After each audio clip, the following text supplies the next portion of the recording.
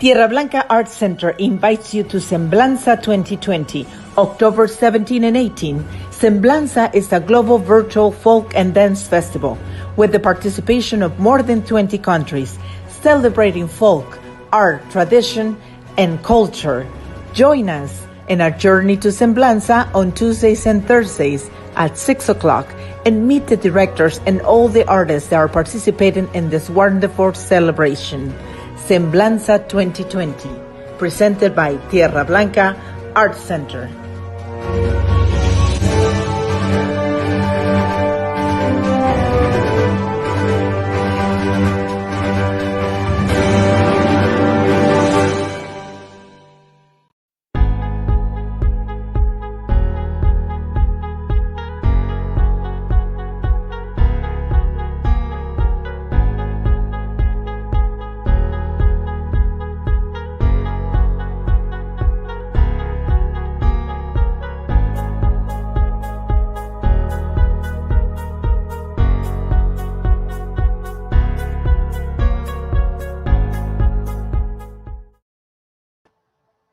Well, good afternoon, everybody. Welcome to Journey to Semblanza 2020. And we are very excited because now we're moving on to the international and world countries that are participating in Semblanza this year. And I'm Blanca Soto with Tierra Blanca Arts Center, president and founder. And I'm very, very honored to introduce you someone who has been along with Semblanza since the beginning of time. And I feel very happy that she's here with us. I know she's a hardworking lady. She's someone who promotes culture all over California. She supports all kinds of groups, and she's a mother of two amazing dancers.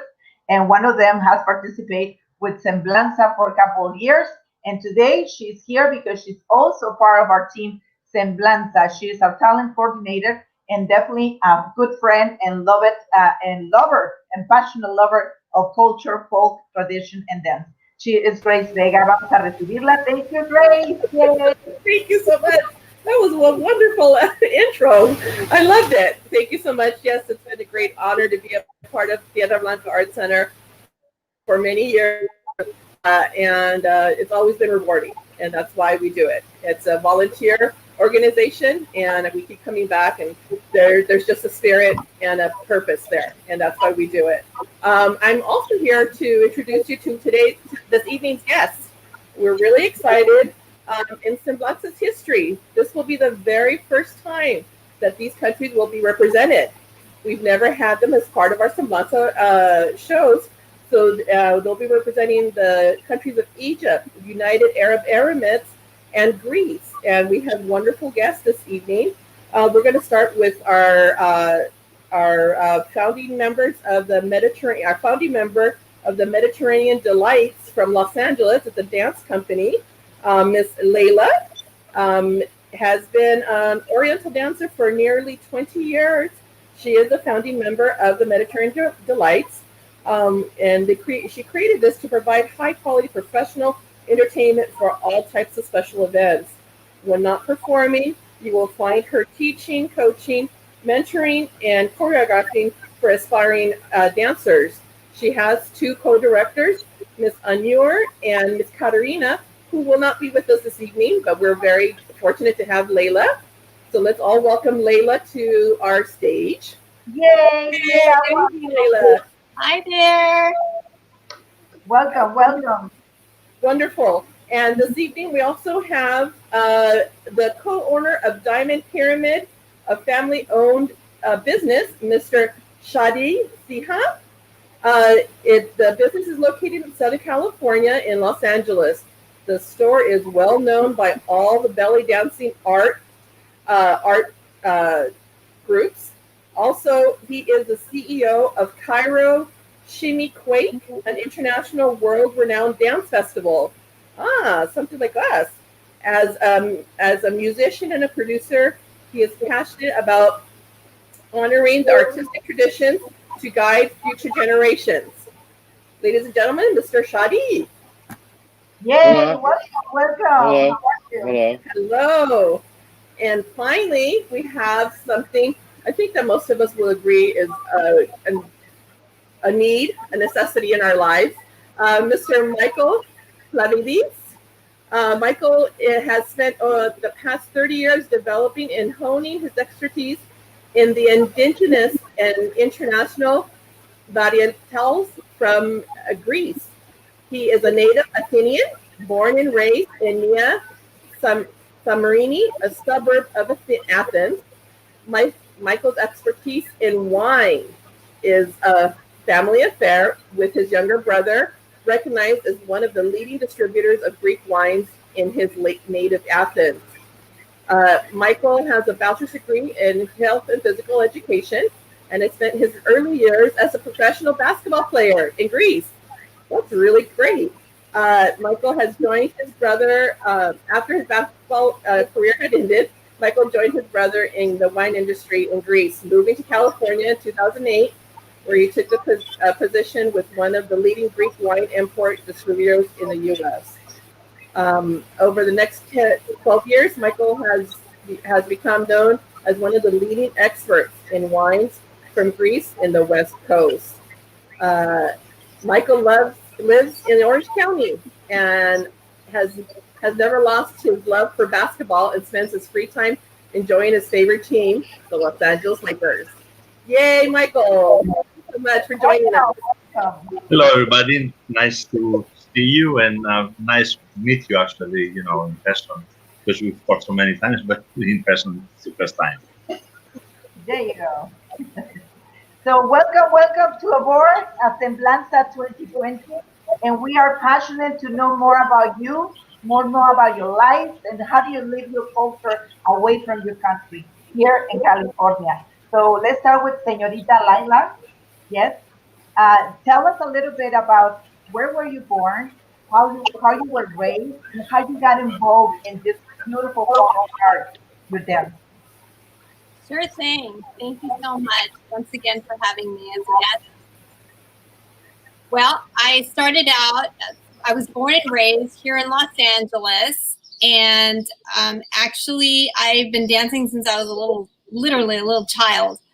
My parents were really into getting me into the arts, particularly my dad, because he was a professional mambo dancer himself at one point in his life. And so it was really important for my parents to get me integrated into the arts. And so my dad, I remember him taking me to different museums and art galleries and shows and plays and operas. One of my favorite operas happens to be Carmen. I just love that one. And I think it was important because when we dance as dancers, we're not just moving our bodies, but we're emoting. And it's just a beautiful thing when you can get your audience to feel what you are portraying as a dancer. So anyway, like I said, my dad was a huge influence, not particularly for this dance style. I started out as just a regular modern ballet tap dancer. And I don't want to say just regular, but I mean, that's pretty common. That's pretty typical. So as I grew up, I started experiencing different kinds of dance genres. And I've done different kinds. I've done, tango, flamenco, Brazilian, Indian, whatever. I mean, just different kinds. But it wasn't until, believe it or not, I went to go see a show. It was a belly dance show at a theater. And I thought, my gosh, what is this? And so I just fell in love with the music, the costuming, just the whole environment and how it made me feel. And that was years ago. So I started studying. I've studied here in the United States. I've studied abroad in Egypt, the motherland, as we call it, for this dance, Raqs Sharqi, which is the appropriate name. And so I've been hooked ever since. I never stopped. And I just knew in my heart that that's really the passion within me that I wanted to have come out as a dancer. So I've been very fortunate to have been able to perform for this many years. You get better with age and time. And it's like wine. Michael will understand that very well in some ways. And then the human being just evolves and just gets better and better over time.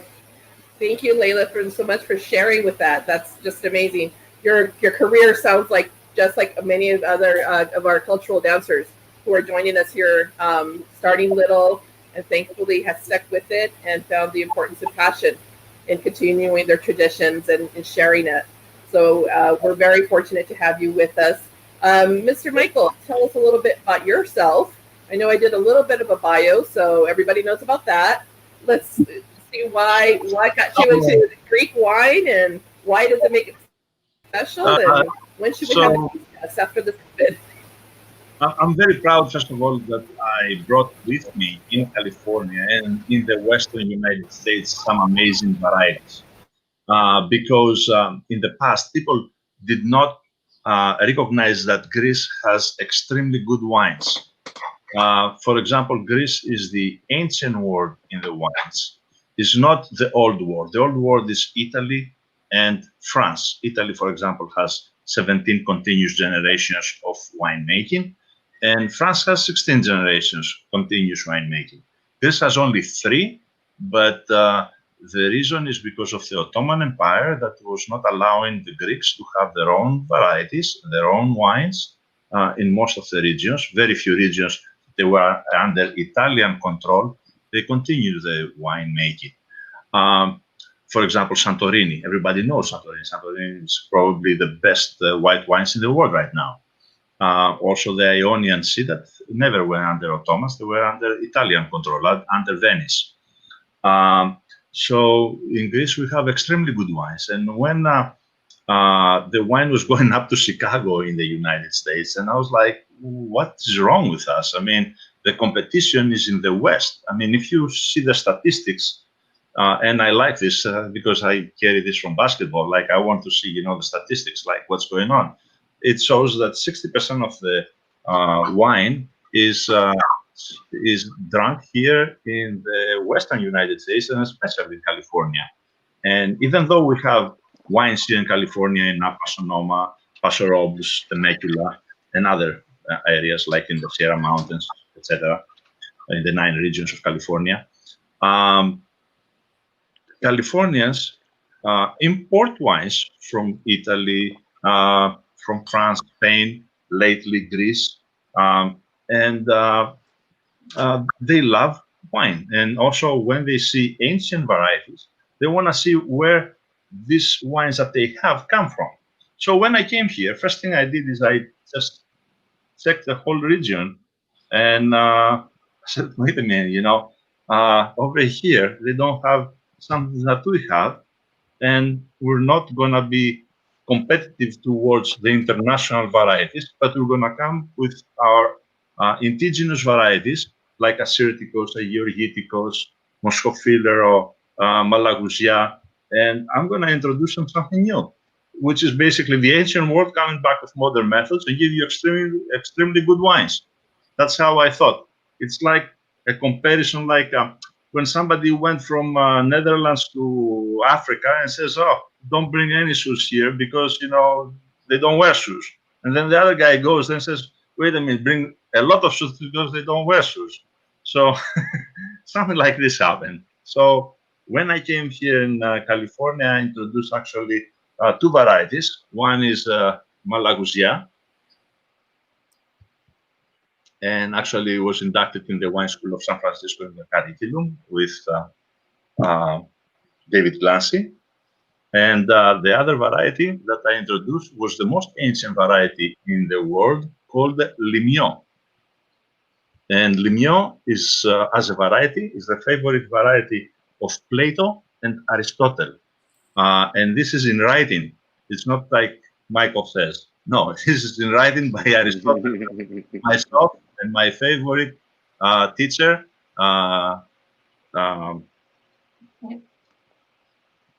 we both enjoy Plato. We both enjoy a very good Greek wine, and this is Limnia Ambelos. Actually, is a wine that's referred in the word of the mouth, which is the Odyssey and the Iliad.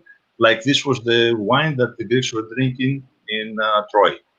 So, and many other stories. I mean, I am a storyteller when I work, and I enjoy that because I show them culture and art, because wine is art. And the people who make wine, when they respect themselves, they are great artists.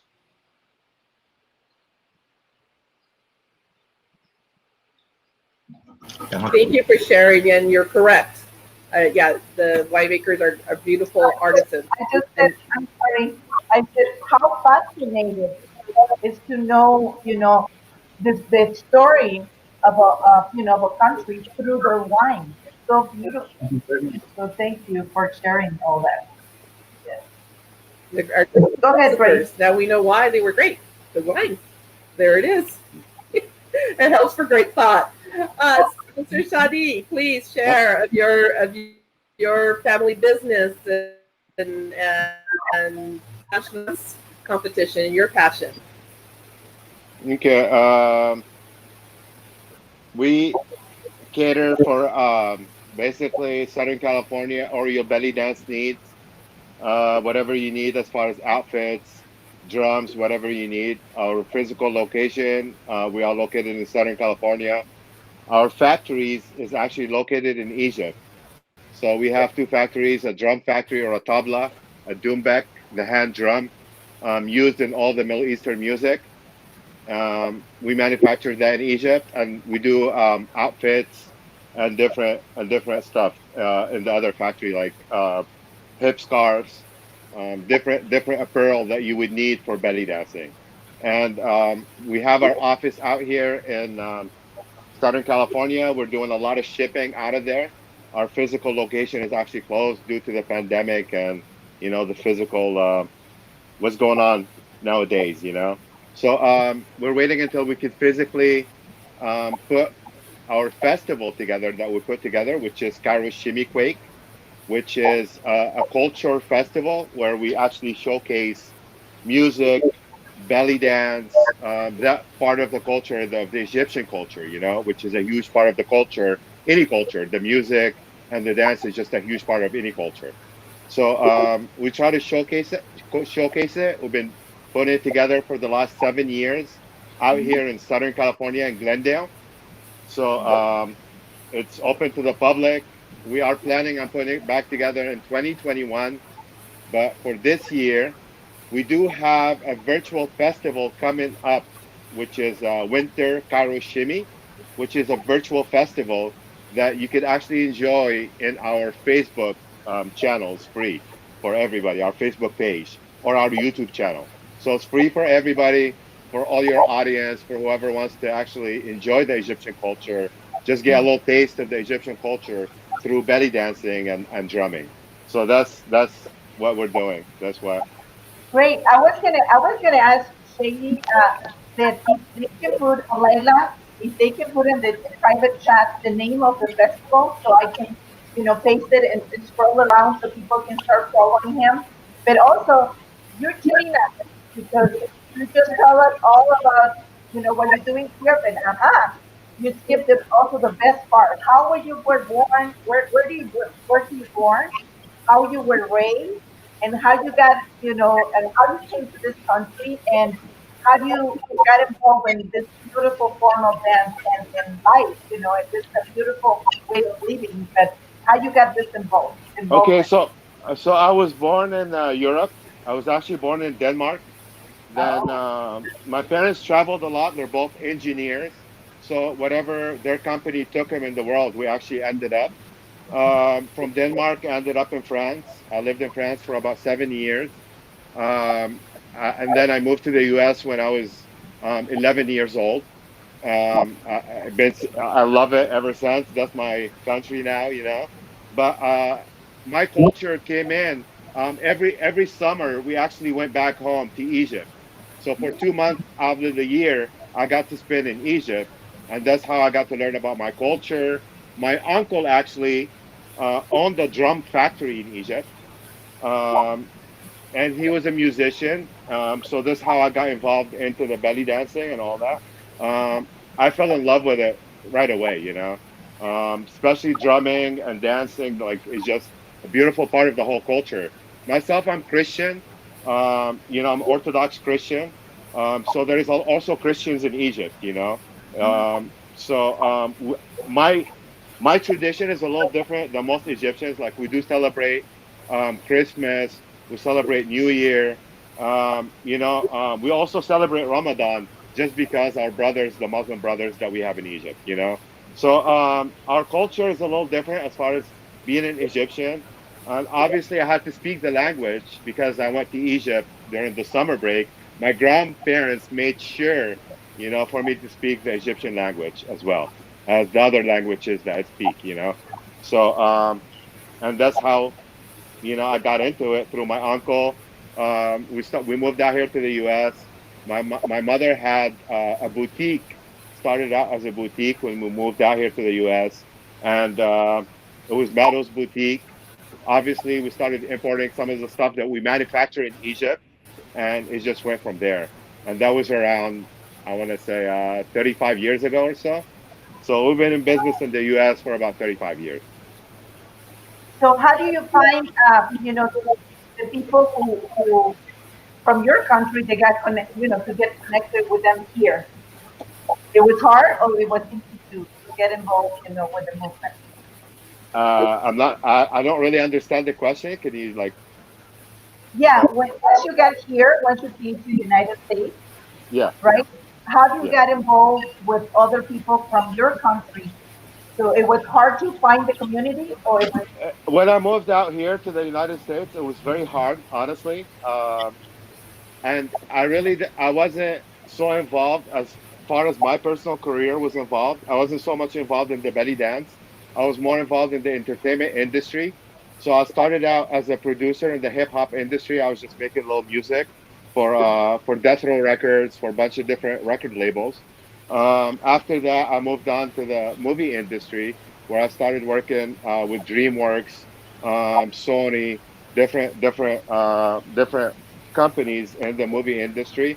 But at the meantime, I was just a volunteer with my family's business. You know, I was just helping out. I enjoyed it. This is where I connected with my culture. So there was back then a huge festival that it was called Cairo Carnival. I'm sure Lila as well will remember this festival. It was just huge, and this is where I mostly connected in these kind of festivals. There was about two or three mega festivals that got put in the U.S. My parents used to go. I just enjoyed it. I like to go out and drum, and just enjoy the culture. So that's how I truly connected with my culture in the U.S. is through the events and the haflas and the little festivals that was put together by different groups, nonprofit organizations. So that's my story.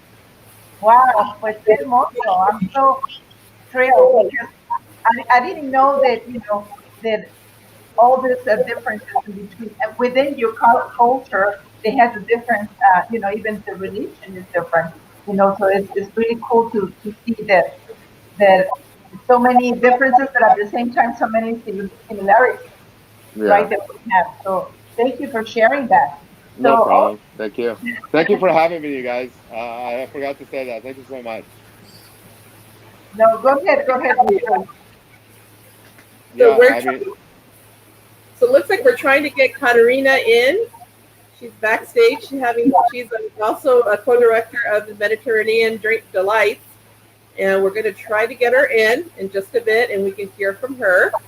I do have Michael. Yeah. I have a question from one of our guests Yes. who are watching live. Is I it saw that. wine? Okay, Limnio is an ancient, the most ancient recorded variety. That's 6,500-year-old variety, revived variety, refound in 1963, revived within 20 years. First vintage we have is made 1984, and extremely rare variety. It is a red variety. And Malagousia is an also ancient variety, must be probably the fourth or the fifth most ancient white variety in the world, and was refound outside Delphi, and then the University of in 1969, and then the University of Athens, the University of Thessaloniki brought it in the second leg of Chalkidiki Peninsula, and revived the variety within 15 years. The good thing at the time was that one of the best winemakers in the world, Emile Pinault, a French winemaker, who was at the area, and he is the one that has done most of the work. Plus that he introduced many international varieties to Greece at the time. So Greece has 330 indigenous varieties of Greece, ancient varieties, and about 120 international varieties. Uh, so for a small country as Greece, like if you take it as land, Greece is only the size of New Hampshire. But in water and islands, Greece is long. Like it takes a plane east to west to go by plane 2 hours, and north to south also is 2 hours. And also is identical in latitude with California. Athens and Los Angeles are sister cities. Thessaloniki and San Francisco are also sister cities. Like from Chico all the way to San Diego is that's how the latitude of Greece is. The only difference is the way the weather comes. Here comes west to east, over there comes south, west to northeast. So yes, we do have extremely good wines. We have 300 days of sunshine. We have water. We have the sea. We have mountainous terroir that creates pockets for climate and microclimate, and that's why this can give you extremely good varieties, extremely good wine, and very nice acidity and nice minerality. Uh, the the land of Greece is volcanic, chalk, clay, limestone, sandy, like what we have here in California. Mhm. That's Nice. wonderful.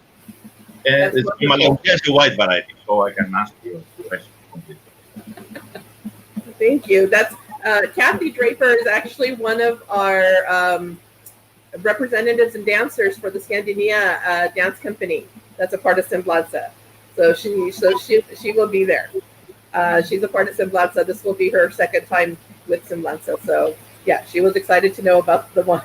To know about the wine. Yeah, Oh, there she is. Thank you, Michael.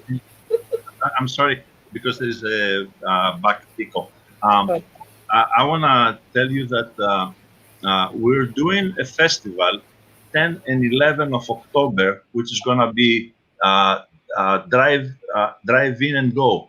It's a it's a festival in and go at Anaheim at St. John's Church, St. John the Baptist, and actually people can drive in, get Greek food, our wines, spirits, and they can go. They can listen to some music. Of course, you have to be a little bit serendipitous with times. We would definitely would love to have the information, Michael. If somehow you can just Lila type it for me in the private chat so I can share with the people. Also the festival that Shady was mentioning and talking about. Now, Michael, this festival that you are doing on October the 11th and 12th, you said, or 10, 11? 10 and 11. Correct. This one is presential. You mean people are going to be able to do it, or it's going to be virtual?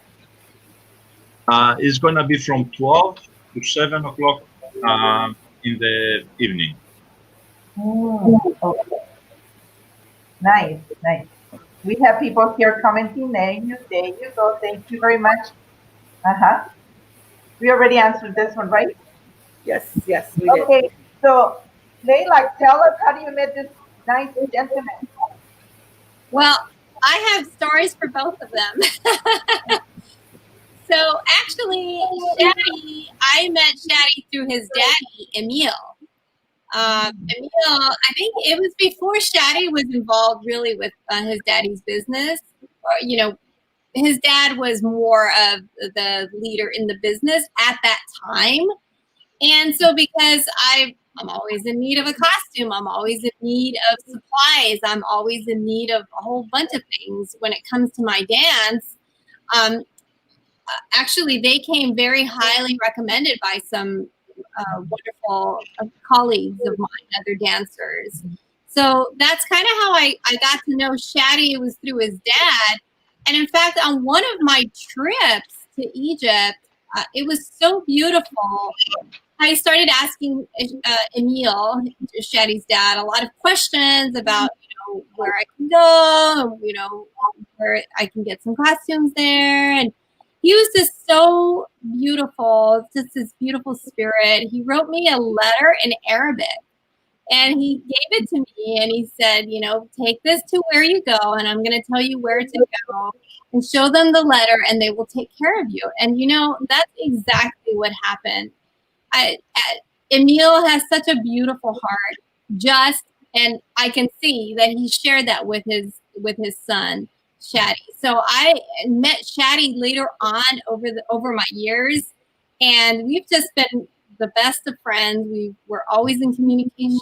We always support each other in our endeavors because what he does for the community is immense.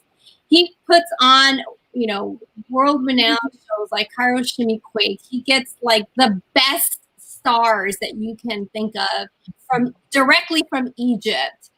And he puts on just wonderful festivals that allow dancers to come and, take classes or perform, and musicians. So he really is very integrated. So between Emil and Shadi, they have done a beautiful job with Cairo Shimmy Quake. Aside from that, he's also a musician and he also produces music. He was very shy, I can tell you that. He produces his own CDs. So, that's how I know Shadi and Emil. Now, Michael, on the other hand, I met this gentleman through one of my second favorite pastimes after dancing, and that is consuming the Lord's grape juice, and that would be the vino. So I am very picky when it comes to wines. I like California wines. Really Italian and French Italian over French are really what I prefer, but it wasn't until, it's so funny, I've been to Greece many, many times and I've never really gotten into their wines, but Michael is such a wonderful storyteller and he's so engaging and friendly. We happened to go to one of the, it was a Greek festival. It must have been, I don't know if it was St. John. I don't think it was St. John. It was the one probably. It was, last year we did in Downey. George. It was St. George. I think that's where you were. And in Downey. Downey. Mm-hmm. So my husband and I were like, what is this? Let's check this out. So we did, and Michael is also very generous in just sharing his passion. It's his passion. He loves sharing the wines, and so he saw that my husband and I we're not just there to, some people just, I'll just drink whatever. No, we were like really picky. And so he saw that in us. He reads people very well. And so he started engaging us. A little bit more and a little bit more, and then like all of a sudden he's like, "Oh, well, let's have you try this." And it was like the wines just kept getting better and better and better and better.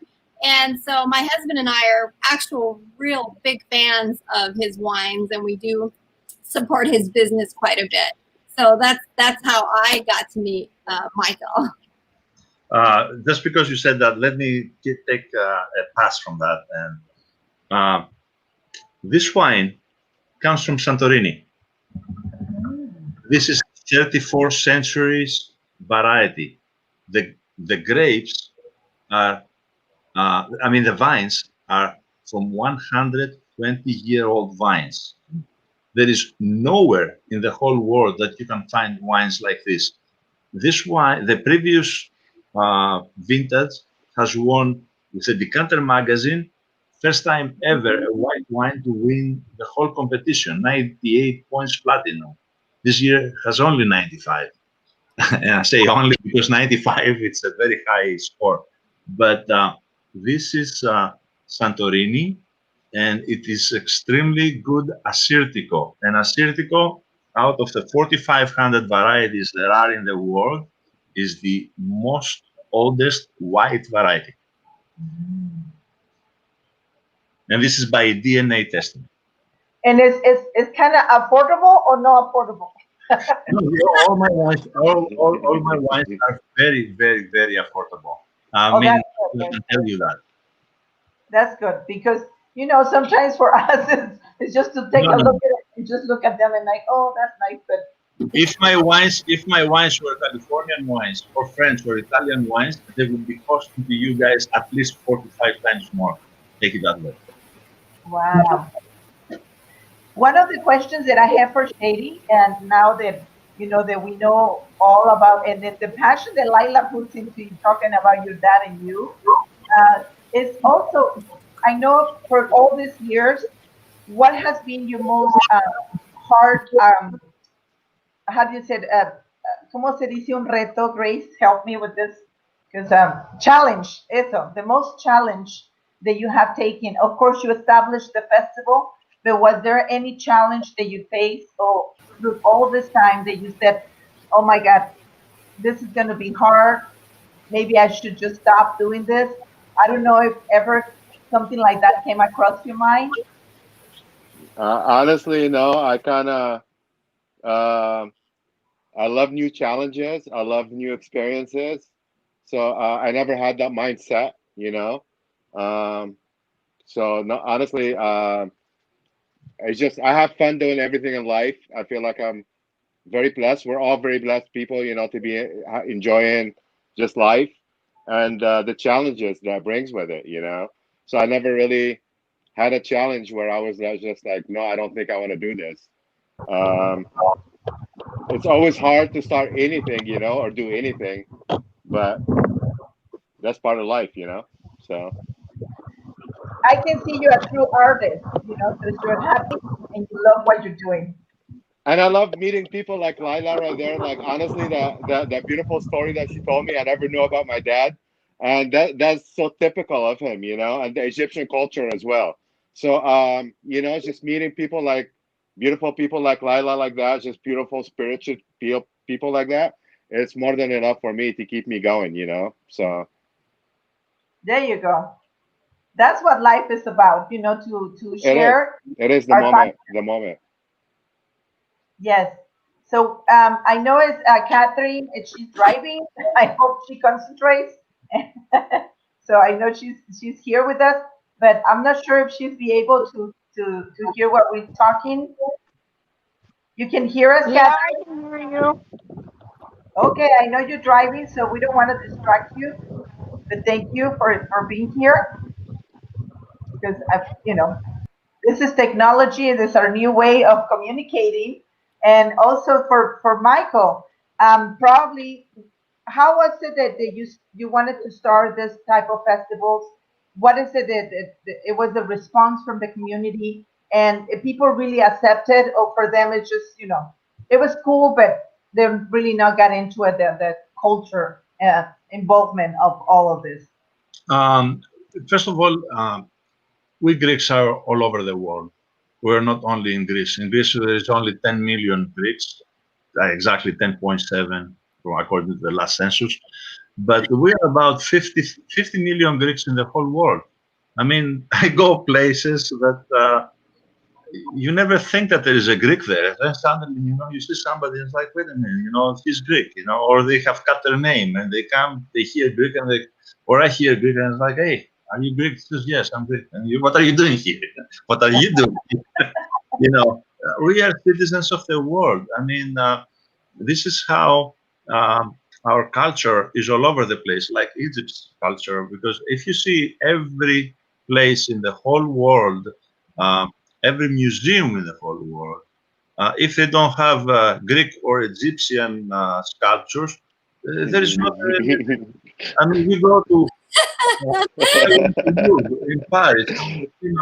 I walk in and I said, "Oh, okay, that's Aphrodite the Mill, and then you have the pyramids, you have the sarcophags, you have, and you say, wait a minute, uh, why these things are here? They should be where they belong. And and this is something that is very controversial. You know, like if you go to the Museum of Athens, or if you go to the Museum of the British Museum, they have the Caryatids. Caryatids, you know, is missing from, and it's not missing from the Greeks. It's missing for the whole world from the place where it's supposed to be, because this is culture that the whole world took advantage of that stuff. I mean, this is universal. UNESCO should work with that, with these places, and this art has to go back where it belongs, because it's the word missing out of this. I might get a little bit more passionate about it, but you know, that's how I am. That's how Greek are. I think we're all passionate when it comes to our culture, you know, and to leave it and to so people can understand where it comes from, you know. And I'm from Mexico, and people have told me, when are you going to stop doing this? You know, why are you pushing on this? You know, people already got into more things, and I said, because this is our life, this is our way of living. It's not you know, a hobby. It's not, because it has become our way of living, and I can see, you know, and I can feel all of your spirit, you know, with that you smile and you shine, because when it comes to your culture, that's who you are, and that's what it makes this world better, you know, for us to share with pride, you know, what we have. So now you. By the way, I do have a flag, so don't think There that we go. I do have it. I do have a flag, Yeah. and it's a cross. That means that we are a state of God, and this is the flag of the sea, of the islands, because we have two flags in Greece. And the 9 stripes stand for the syllables Eleftheria ή Thanatos, which means freedom or death. So Wow. that's what the flag is. I'm sorry, but you know, it's very big flag. I mean, if I put it, it's gonna cover the whole place up there. Oh, you know, I just have it right next to me. That is so wonderful. Now, if you share with us, what is the favorite dish in your country, and that you're also can enjoy it here, and where would you recommend for us Californianos to find it?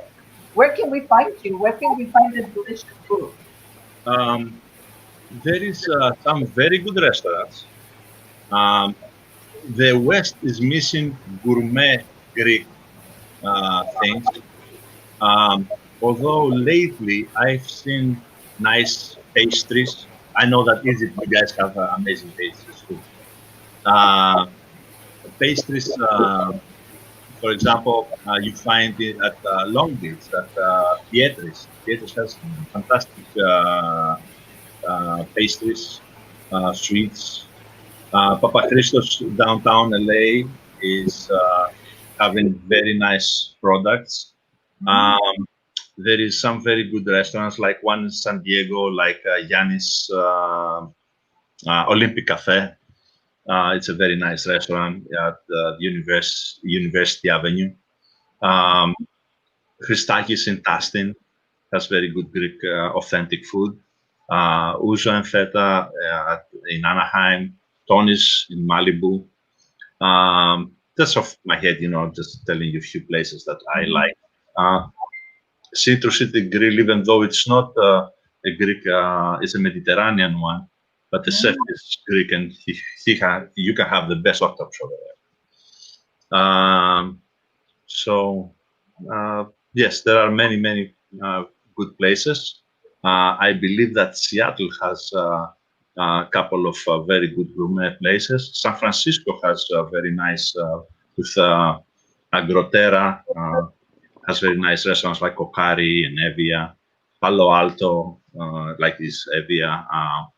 Los Gatos has the only Greek restaurant that has 1-star Michelin. That's Diodeca. Actually, I have done a NBC event with Red Carpet Bay Area of Chrome 4 back in the days, back in 2012, if I remember correct. I have done an event over there. And we find very good places, but It's not like New York. New York, I mean, there's like 420 Greek restaurants. So something more that you should know. 25% of all American restaurants have Greek names. You mean in California or all America? All the United States. Uh-huh. So definitely we have to find it. So you Uh, say that the best dish for us to taste with which wine will go. It depends what kind of fish. If you want like a salmon, I would go with a malagousia. If you want a lemony fish, dry, like a sea bass, I would go with a nasirtiko, especially from Santorini. Um, if you want something like a nice salad, I would go with a Moscofiller or something lighter, like a Plito and blend of Sauvignon Blanc or a blend of Assyrtiko Sauvignon Blanc. What about It the depends what what would you recommend from Osaka? from Moussaka, do you want to be with spices or less spices? I don't know. I like spicy, but why don't you give us one of each? With Moussaka, I would recommend this wine.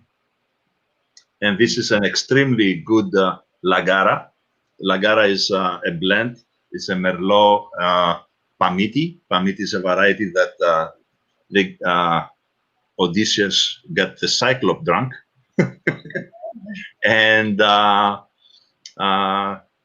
little bit of Syrah. This is the only Greek wine that has received gold in Italy. This is 2012 vintage, extremely good wine. And you can get it not more than, but I believe that in the retail should not be more than $34, $35. This one, if it was seriously, if it was a wine from Napa, we would be selling it to the restaurants $120. Just from the bottle, you understand what kind of wine that thing is. Wow. Go ahead, Miss Grace. I know you have a question. I was asking, is there a restaurant in Southern California that features your wine that we can go and enjoy dinner with your wine? The stories of your wine and the Cyclops, and we all read these stories, these Greek mythology, Greek. I have made the wine list for several places. One of these was Uzo and Feta. They had 34 Greek wines that I have made the whole wine list. But it's a matter of who runs the wine show, over there, because there's some changes of management and stuff, and also we are in the process of to see how is the next list, because every time things change in the restaurant, it cannot stay the same way, Will your wine be available at the OC Greek Festival? I'll be there. I'll be there all day. With the wine? So yes, I'll be there with the wines, and also we have done something virtual, so people they're gonna see me there and give my advice, and the pricing is extremely low. It is even below wholesale price, because we want people to enjoy very good Greek wines. If you want to buy something, you should go there, or go to High Time in Costa Mesa. They have our wines there. That's wonderful. I think maybe we should make plans for October 11th or 12th to go down to Anaheim. Actually, this year they had closed me in, and I say me, but it's also a company behind it, but I'm the expert in the wines. We had 16 festivals, big festivals. There would be about 600,000 people that they would be in these festivals. So if you can imagine that if 1 out of 5 people buy one bottle, that's 120,000 bottles of wine. So you can imagine, Greek wine starts getting, but they were not for just festivals. I mean, I have put wines in the past with at Gordon Ramsay at West Hollywood, like the 6-course meal. We had 8 Greek wines, like Providence, Napa Rose in Anaheim. I mean, but they're not going to get it like, other places like the other wines. I'm sorry, like Italian or French wines, because they have better marketing or better. They have done it longer than us, and that's acceptable. I mean, even though we are the ancient varieties, we are the new kids in the block. I mean, when I first came here, uh, it's been situation that somebody threw their card. I gave them my card, and they threw it back at me. I turned around, looked at the place, and I said, "Now I know why it's empty." Because you have to be stubborn to somebody who's stubborn. you know. Um, I think but, you know, what really attracts me to your wine is the stories behind them. That thank just you very interests much. me. That connection is just something that we know. That really they drink this really. Oh, so for me, I'm planning to go. My father and my daughter are love wine, and I'm thinking we just have to go. And so I hopefully next that weekend before Semblanza, I think we have to go and enjoy some wine and some Greek food and the festival, even if it's a drive-through. We can't stay for very long, but So yeah, Actually, Mike the plan, is part of the October 17th, 18th event. So he could bring some of his wine there.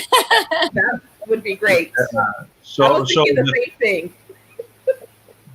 the funny thing with people coming and asking about wines, like which one is your best wine, guys? Like when I bring something, for me, this is like my kid. Like I have 4 kids. They are Yes. older. I mean, the time flies. I'm 57. Uh, my kids are 31 to 31, 29, 26. My daughter and my youngest son is 22 now. And they say, which one? I go, excuse me, how many children do you have? Some people say like 3, 4. I go, which is your favorite child? And kind of backing off. I was like, what do you mean? I go, well, these wines, to bring them here, I have signed for them. They just didn't come like for no reason. So, uh, what do you like? Tell me what's your preference, and I can match your taste. If you tell me something, I can match what you like with the wines we have. If we don't match this, we have more to try to search. That sounds, It's very that sounds seldom not to wonderful. find somebody satisfied, but it happens. Yeah, and that's what Layla said. She would say that she just listened and and you were able to match wines for her. Well, You that's see, great. the thing is that I'm trying to convert them to Greek wine. I'm trying to I convert did people that to all Greek by wine. myself. Yeah. I'm sending a few friends message because they came in and they go, "You didn't tell us it was gonna be threes." I said, "Well, I'm putting everything into the flyer, but people are so excited." Anyway, so I think one of the beautiful parts that we all see, and I want Katie to tell us also. Um, I don't know if there's some restaurants here that they have the food from your country. Well, I wanted to start off by saying like our food, like in Egypt, and so close to Greek, like to the Greek food, like with Michael, like we're saying, our cultures are just so similar. We're both in the Mediterranean. The food is so similar; it's just little different spices that gets added. So my favorite place to eat is my mom's house, honestly.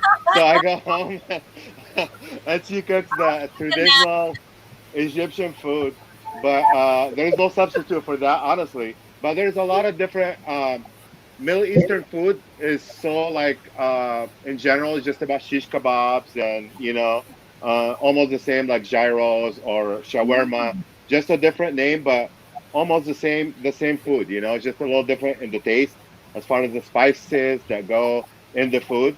In Egypt, we have a traditional dish. It's called molokhaya, which is this green. It looks like kind of like mince, and we make it kind of like in a soup, and we usually eat it with white rice or with like the pita bread.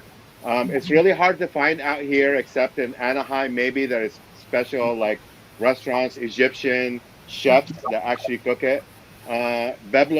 Biblos is another restaurant. They have a good Egyptian chef, but he uses like in his menu, he kind of tends to use like infused food with different Middle Eastern spices.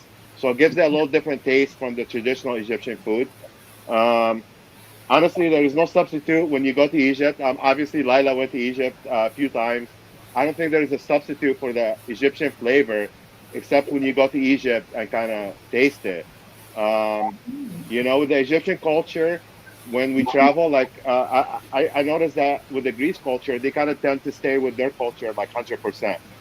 With the Egyptian culture, we tend to like embrace the country that we go to, and our culture kind of like we have kids, grandkids, we have nephews who are born in the country that we go to.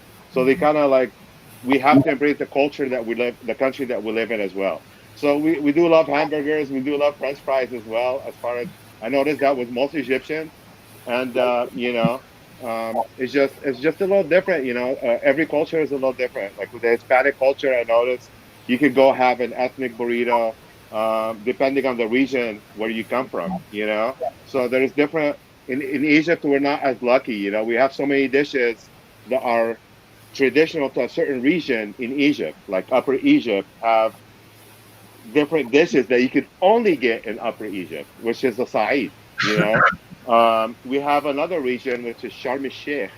It's actually right on the Red Sea. So in that little region, you can actually get any kind of food you want from anywhere in the world. It's a tourist attraction. It's a world tourist attraction, and there you can actually get even traditional Egyptian food that cooked by a five-star chef. So I'm a huge promoter. If you want to live the Egyptian culture, you have to go to Egypt. You have to put it in your plan to go to Egypt. And there's no substitute for it anywhere in the world. So Well, is we that your mom's kitchen? well, yeah, we do have catering in Cairo Shimi. It's an Egyptian family, but honestly, it's just like I don't think I think the ingredients have to be made in Egypt for it to taste like Egyptian food. There's something about that Nile River, the food that's grown in Egypt, Yeah. the flavor, how it's cooked with love in Egypt. It's a totally different vibe when you go and experience even the dance in Egypt. It's totally different when you go on the Nile cruise. There is a Nile cruise. You get to enjoy dancing. You get to enjoy indigenous music of the land. So you don't see keyboard. You don't see none of the traditional modern music tools that you see nowadays. No, you see the mezmar. You see the hand drum, the tabla or the doumbek, which is I always love to feature because I love playing it. My family makes the doumbeks or the tablas. Um, it's a totally different culture as far as food and music, and they go together in Egypt. Like whenever we're eating, there have to be some sort of music or something playing in the background, with dancing in it or some sort of. It's just such a social culture, so that gives it more of the experience on It top of sounds the food, on it top sounds of the good, wonderful, on top of wonderful, the good Shadi. food. I think we Thank all need you, to go thank to you. Egypt. Shadi can do It's an the it's an tour. experience. Yes. Egypt is an experience, and So we're Julie, you gotta put it in your book to do. It's just like yes. Greece. It is an old culture, and I tend to think, just in my way of thinking, that we figured out how to be happy, and it's just by eating well, enjoying the music, enjoying the art. Like he was saying, Yes. they have so many great people that contributed to society in Greece and in Egypt as well. So Yeah, I think what we're coming towards the end of our interview. It was a great thing, and I think Shadi, you actually touched on this. Our final question is: can you let the audience know why is it important to live your culture? And your passion, Shadi, was right there. That's why your passion. But Layla and Michael, can you, as your final thoughts, why is it Um, important to live your culture? I would say basically, I think it's really important to share something as special as Middle Eastern dance. Every culture has their dance. And I think it's really important to share this beautiful art form, to share with people, look outside of your box, look what's out there, and to give of yourself. This is about live, love, and laugh. I mean, just enjoy your life, get into something. I mean, it doesn't have to be Middle Eastern or Greek, but just get into something and just get out of your box, your zone, and open your eyes and your heart to be able to accept and understand people and just love them for who they are. I just happen to love Greece and Egypt. What can I say? And so I've dedicated a good chunk of my life to being an ambassador to the culture of and dances. Michael? First of all, thank you very much for having me. And what I would like to say is that it is very important people to realize to respect themselves above all. And if they respect themselves, then they respect the others. This is extremely important, especially in the times we're living, because we see a lot of strange things, like extreme things that people, they have difficulty to understand. And hopefully by having people like us, the world becomes a better place. I think that dancing, music, wine, art are very important for everybody, not for the past, the history, the now, but also for the future. So I think that you guys are in the right path, and thank you very much. Thank you so much. You're correct. Yeah, it sounds amazing. It fills the soul. I think that's what it is. And when your soul is filled, it's hard to let hate in. So I think, yeah. So I think being passionate about your culture and being proud of it and respecting it and respecting all the other cultures and being aware of them, it's a great base for a harmonious life. So, Ms. Blanca, any final thoughts as we say goodnight?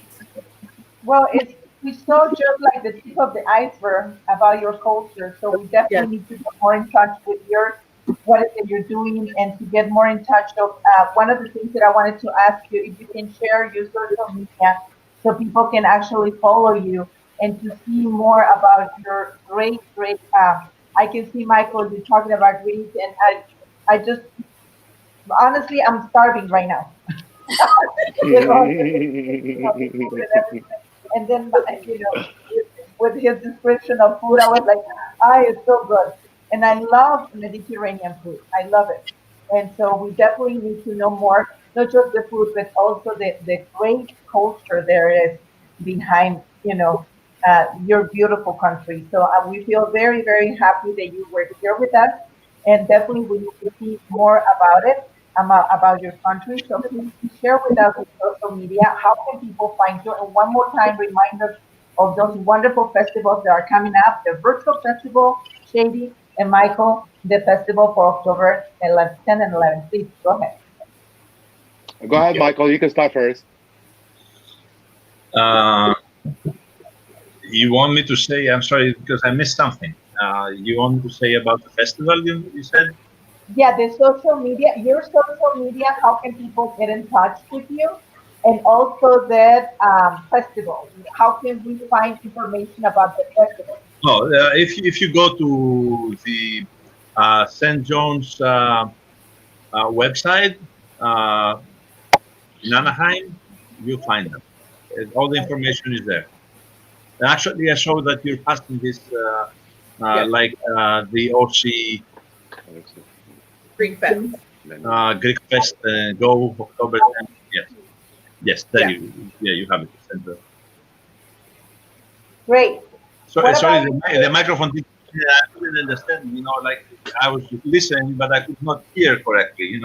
Like I hope I don't make a mistake. Do you have like any social media pages that we could follow you and your adventures in the wine?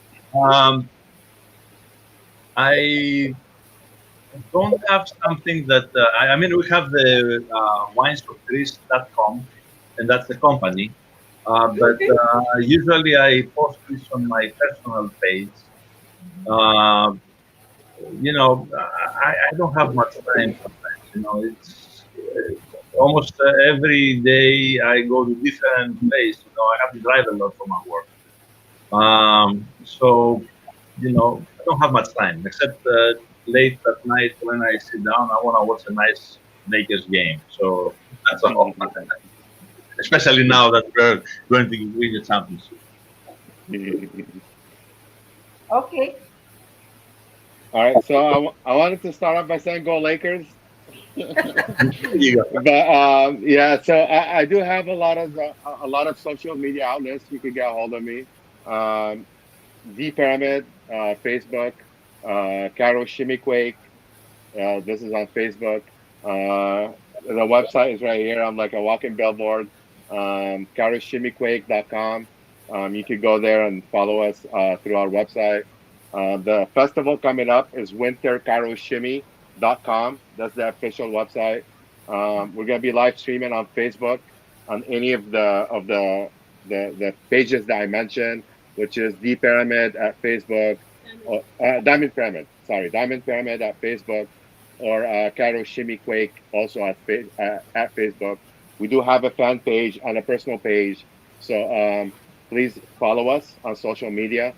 Um, and thank you guys so much for putting this together. Obviously, it is hard time to reach out to anybody and express your art form. So social media is a great tool, and what you guys are doing is just amazing and awesome. And I want to thank you guys so much for doing this and putting this together. And God is love, you guys. We got to remember that in this hard times, So thank Yes. you. Thank you.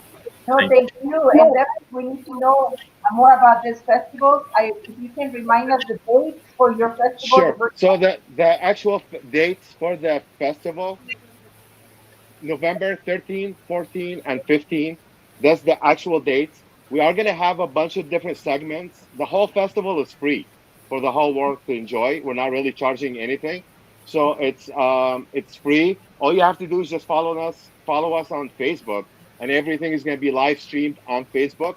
We do have physical studio like locations where we're going to be live streaming from, where the artists will come in person to have that good live experience as well.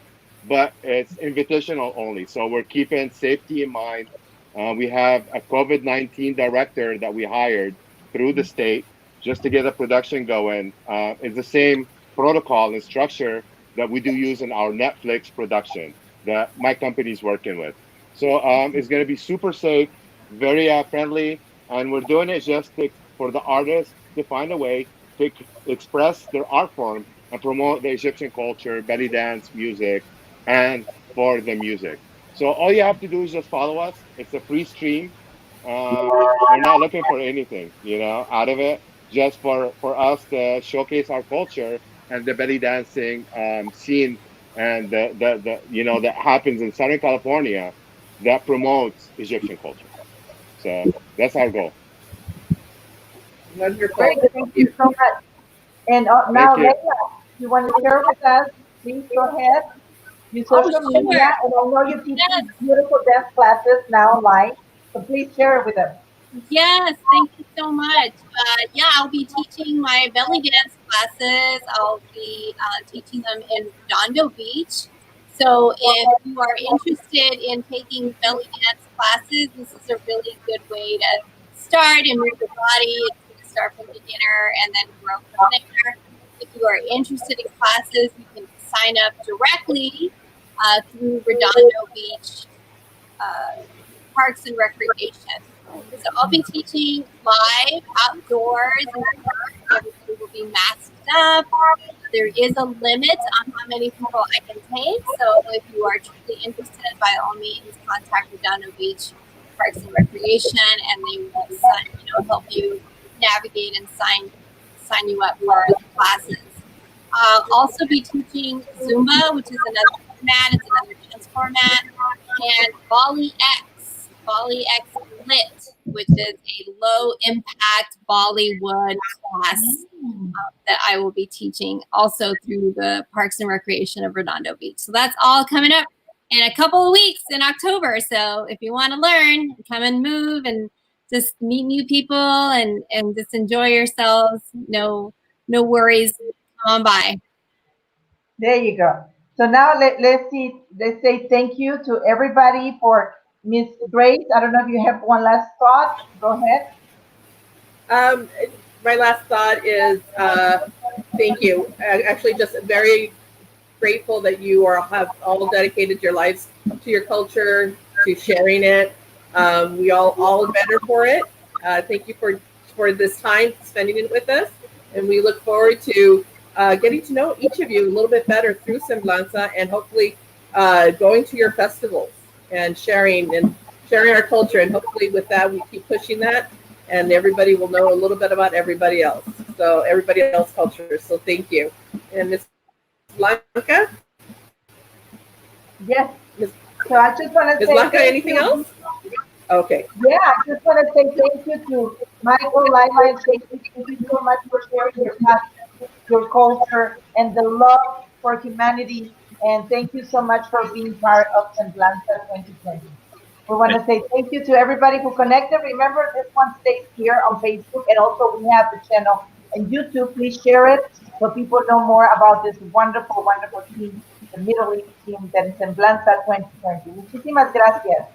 Que Dios los Thank bendiga. you. Gracias. Thank you, Bye. everybody. Gracias.